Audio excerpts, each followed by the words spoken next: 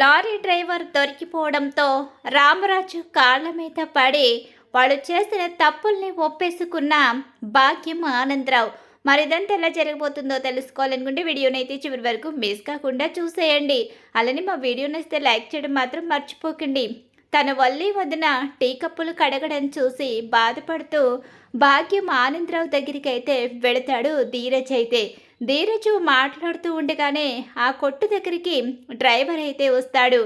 ఈలోగానే ఇక ఇక్కడ చూస్తే అడుగుతూ ఉంటాడు, మీరు చేసిన పాపాలకి కారణంగానే ఈరోజు మా వదినకు ఇలాంటి పరిస్థితి వచ్చిందని అంటూ ఉండగానే ధీరజ్ డ్రైవర్ అని చెప్పేసి అంటూ ఉంటుంది. ఇక అక్కడున్న నర్మద డ్రైవర్ని చూసి ఒక్కసారే షాక్ అయిపోతారు భాగ్యం ఆనందరావు వల్లి ముగ్గురు కూడా. ఇంకా డ్రైవర్ వెనకాల పరుగులు పెడతాడు ధీరజ్. అయితే అయిపోయింది, అమ్మోయ్ అయిపోయింది, ఇక నా పని అయిపోయింది. ఇక జీవితంలో నా మొగుడు నా వైపు కన్నెత్తి కూడా చూడడు.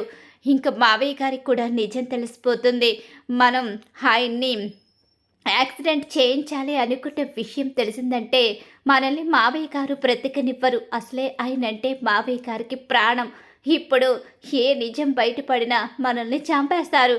అంతా మీ వల్లే, మీరు చేసిన పనుల వల్ల నా కాపురం నాశనం అయిపోయి ఇప్పుడు మన ప్రాణాల మీదకే వచ్చిందని చెప్పి గగ్గోలు పెడుతూ ఉంటుంది వల్లి. అయితే ఏం కాదే అమ్ముడు, నువ్వు కంగారు పడికే అమ్ముడు, నువ్వు కంగారు పడి మమ్మల్ని కంగారు పెట్టేకు అని చెప్పేసి అంటూ ఉంటారు భాగ్యం అలాగే ఆనందరావు. ఇద్దరు వణికిపోతూనే రౌడీ వెంట పడి రౌడీను చితక బాదుతాడు.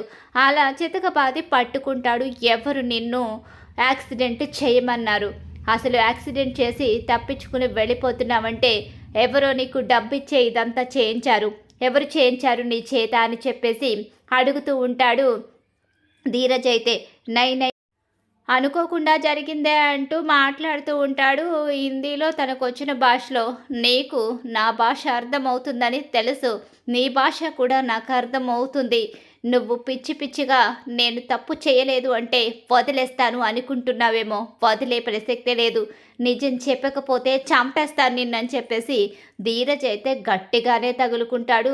ఇక ఆ లారీ డ్రైవర్ని అయితే ఎంతగా తప్పించుకుందామని ప్రయత్నించినా తప్పించుకునే అవకాశాన్ని కూడా ఇవ్వడు. ఇంక ఇప్పుడు ఏం చేయాలో అర్థం కాక నిజం బయట పడిపోతే వాళ్ళ పరిస్థితి ఏంటో తెలియక ఇప్పుడు రామరాజు వాళ్ళ దగ్గరికి వచ్చే ముందే ఇక వీళ్ళే రామరాజు దగ్గరికి వెళ్ళిపోయి చేసిన తప్పులన్నీ ఒప్పేసుకుని కాళ్ళ మీద పడిపోవాలని నిర్ణయం చేసుకుంటారు. అమ్ముడు అమ్ముడు నీ కాపురాన్ని ఎలాగైనా నిలబడతామే, మేం చేసిన తప్పుల్ని ఆయన కాళ్ళ మీద పడి ఒప్పేసుకుంటాము. అప్పుడు రామరాజు గారు క్షమిస్తారు. ఒకవేళ మమ్మల్ని ఏం చేసినా పర్వాలేదు, నీ కాపురాన్ని నిలబెట్టమని అడుగుతాం అమ్ముడు. అమ్ముడు మేము మేము అక్కడికి వెళ్తున్నాం అమ్ముడు. మేము తిరిగి వస్తామో లేదో మాకే తెలియదు అమ్ముడు, కానీ నీ కాపురాన్ని మాత్రం నిలబెడతాం అమ్ముడు. అమ్మోయ్ ఎలాగే నువ్వు అక్కడికి వెళ్తే మిమ్మల్ని మిమ్మల్ని మావయ్య గారు చంపేస్తారు. మావయ్య గారిగా మనల్ని క్షమించరు.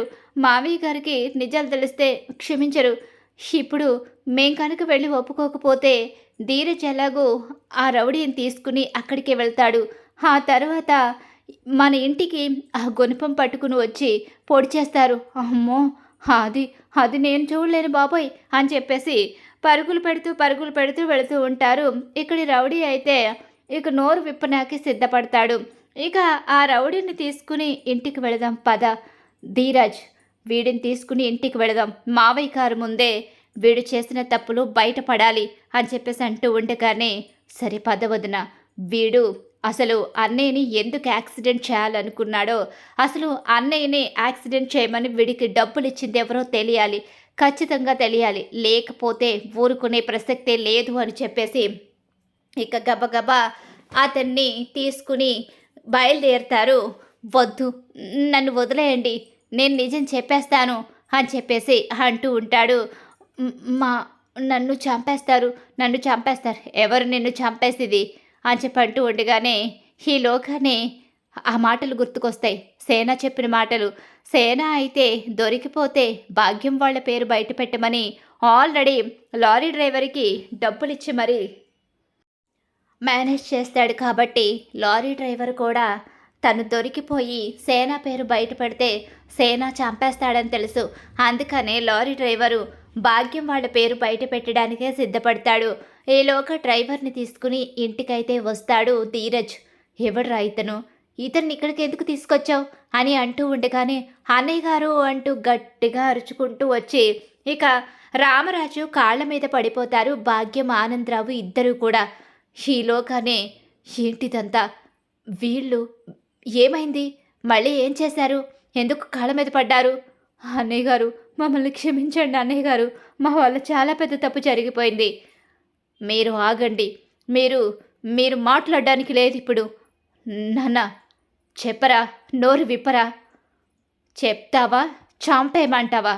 ఏంట్రా ఇదంతా, మీరు కాసేపు ఉండండి నాన్న అని చెప్పి అంటూ ఉండగానే చెప్తాను చెప్తాను ఆ రోజు అతన్ని యాక్సిడెంట్ చేయమని చెప్పింది వాళ్ళే అని చెప్పేసి వాళ్ళిద్దరిని చూపించి నిజం బయట పెట్టేస్తాడు. ఆ రోజు నాకు డబ్బులు ఇచ్చి మరీ యాక్సిడెంట్ చేయమని చెప్పింది వీళ్ళే అతన్ని యాక్సిడెంట్ చేయమన్నారు. ఏంట్రా ఇదంతా, నాకేం అర్థం కావడం లేదు. ధీరజ్ అసలు ఏం జరిగిందో చెప్పరా? చెప్తాను నాన్న. ఆ రోజు అన్నయ్యని కాపాడిపోయి ప్రేమ యాక్సిడెంట్కి గురైంది. అది అనుకోకుండా జరిగింది కాదు, కావాలని జరిగిందని ప్రేమ చెప్పడంతో నేను ఎంక్వైరీ చేశాను. వీడే ఆ రోజు లారీ నడుపుతున్నాడు. వీడిని పట్టుకుంటే తప్ప నిజం తెలియదని వీడిని పట్టుకోవడానికి నా స్నేహితుల సలహా తీసుకుని వాళ్ళ గ్రూప్లో వీడి ఫోటో పెట్టాను. కానీ వీడు అనుకోకుండా నాకే దొరికాడు. వీడు నిజం చెప్పే సమయానికి మీరు కూడా ఉండాలని ఇక్కడికి తీసుకొచ్చాను. అదే సమయానికి వీళ్ళొచ్చి మీ కాళ్ళ మీద పడ్డారు అంటే వీడు చెప్పింది నిజమనే కదా. అసలు వీళ్ళు అన్నీని ఎందుకు యాక్సిడెంట్ చేయించాలనుకున్నారో కనుక్కోండి. పైగా ఈవిడ కాలు నొప్పి అంటూ మొన్న మీరు వెళ్ళినప్పుడు ఓవర్ యాక్టింగ్ చేసి ఇప్పుడు పరుగులు పెడుతూ వచ్చి కాళ్ళ మీద పడింది అంటే అసలు వీళ్ళేంటో ఒకసారి మీకు అర్థం అవ్వాలి కదా నాన్న.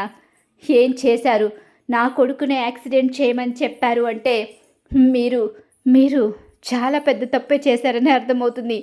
ఏం చేశారో చెప్పకపోతే నా చేతిలో ఉన్న గుణపంతోనే మిమ్మల్ని పొడిచి చంపేస్తానని చెప్పేసి రామరాజు అంటూ ఉంటాడు. అన్నయ్య గారు మమ్మల్ని క్షమించండి. మా కూతురు పెళ్లి గురించి ఎన్నో అబద్ధాలు చెప్పాం. డబ్బున్న వాళ్ళమని, చదువుకున్న అమ్మాయని, వీటిల్ని కవర్ చేసుకోవడం కోసం పెళ్ళైన దగ్గర నుంచి ఎన్నో మోసాలు చేస్తూ వచ్చాము. అల్లుడి గారికి చదువు గురించి తెలిసిపోయింది. అలాగే మీ అమ్మాయి అమూల్య విషయంలో కూడా మేమే తప్పు చేశాం. మా అమ్మాయి వల్లిది ఎలాంటి తప్పు లేదు. దాని చేత తప్పులు చేయించింది మేమే, ఆ పాపం చేసింది మేమే. శిక్ష ఏమైనా ఉంటే మాకు వెయ్యండి. అల్లుడి గారు ఇవన్నీ తెలిసిన తర్వాత మా అమ్మాయిని మా ఇంటి దగ్గర వదిలేశారు. అల్లుడి గారికి చిన్న చిన్న దెబ్బలు తగిలి మా అమ్మాయి అల్లుడి గారికి సేవలు చేస్తే అమ్మాయిని అల్లుడి గారు క్షమిస్తారని ఇలా చేశాం. కానీ అనుకోకుండా ప్రేమ అక్కడ ఉండడం, ప్రేమకి పెద్ద యాక్సిడెంట్ జరగడం జరిగింది. మమ్మల్ని క్షమించండి అన్నయ్య గారు అని చెప్పనేసరికి ఒక్కసారి ఇక రామరాజు లేవండి పైకి. ఇక నేను వల్లిని ఈ ఇంటి మహాలక్ష్మి అనుకున్నాను. వీళ్ళిద్దరినీ పక్కన పెట్టి వల్లి మాటలు నమ్మి వల్లిని గొప్పగా ఊహించుకున్నాను. కానీ వల్లి ఈ ఇంట్లో వాళ్ళని ఇంత మోసం చేస్తుందని మీ కుటుంబంలో వాళ్ళు అబద్ధాలు మోసాలు చేసేవాళ్ళని తెలుసుకోలేక మిగిలిన ఇద్దరు కోడలు మంచితనాన్ని తెలుసుకోకుండా తప్పులు చేసి మిమ్మల్ని నమ్మి వీళ్ళని ఎన్నోసార్లు ఇబ్బంది పెట్టాను. వీళ్ళు నిజాలు చెప్పడానికి ట్రై చేసినా వినకుండా నేను వీళ్ళని బాధ పెడుతూ వచ్చాను. మీ కారణంగా నా ఇంట్లో ఎన్నో సమస్యలు వచ్చాయి. నా కొడుకు అమాయకుడైన నా కొడుకుని మోసం చేసిన మిమ్మల్ని ఎలా క్షమిస్తాను అనుకున్నారు? ఈ రామరాజు ఎప్పటికీ ఇన్ని తప్పులు చేసిన వాళ్ళని క్షమించడు. వల్లిని మహాలక్ష్మి అనుకుని మహారాణి అనుకున్నాను. కానీ దుర్మార్గురాలని, మోసాలు చేసే మనిషిని మీరు మోసం చేయమంటే తను నా కుటుంబాన్ని, నన్ను మోసం చేస్తుందా? కట్టుకున్న భర్తకే ద్రోహం చేసి యాక్సిడెంట్ చేయించాలని చూస్తుందా? అందుకే జీవితంలో ఎప్పటికీ కూడా మీ అమ్మాయి మా ఇంటి కోడలిగా రాదు. నా కొడుకు ఎప్పటికీ ఆ ఇంట్లో అడుగు పెట్టడు.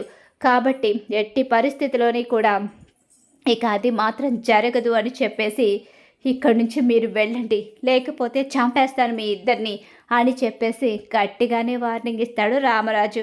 అలా వాళ్ళ నిజ స్వరూపాలు మొత్తం కూడా రామరాజు ముందు బయటపడిపోతాయి. ఖచ్చితంగా రాబోయే కథలు ఇలా అయితే జరిగిపోతుంది. ఇలానే జరగాలని మీరు కోరుకుంటున్నారా? అయితే వీడియోని తప్పకుండా లైక్ చేసేయండి.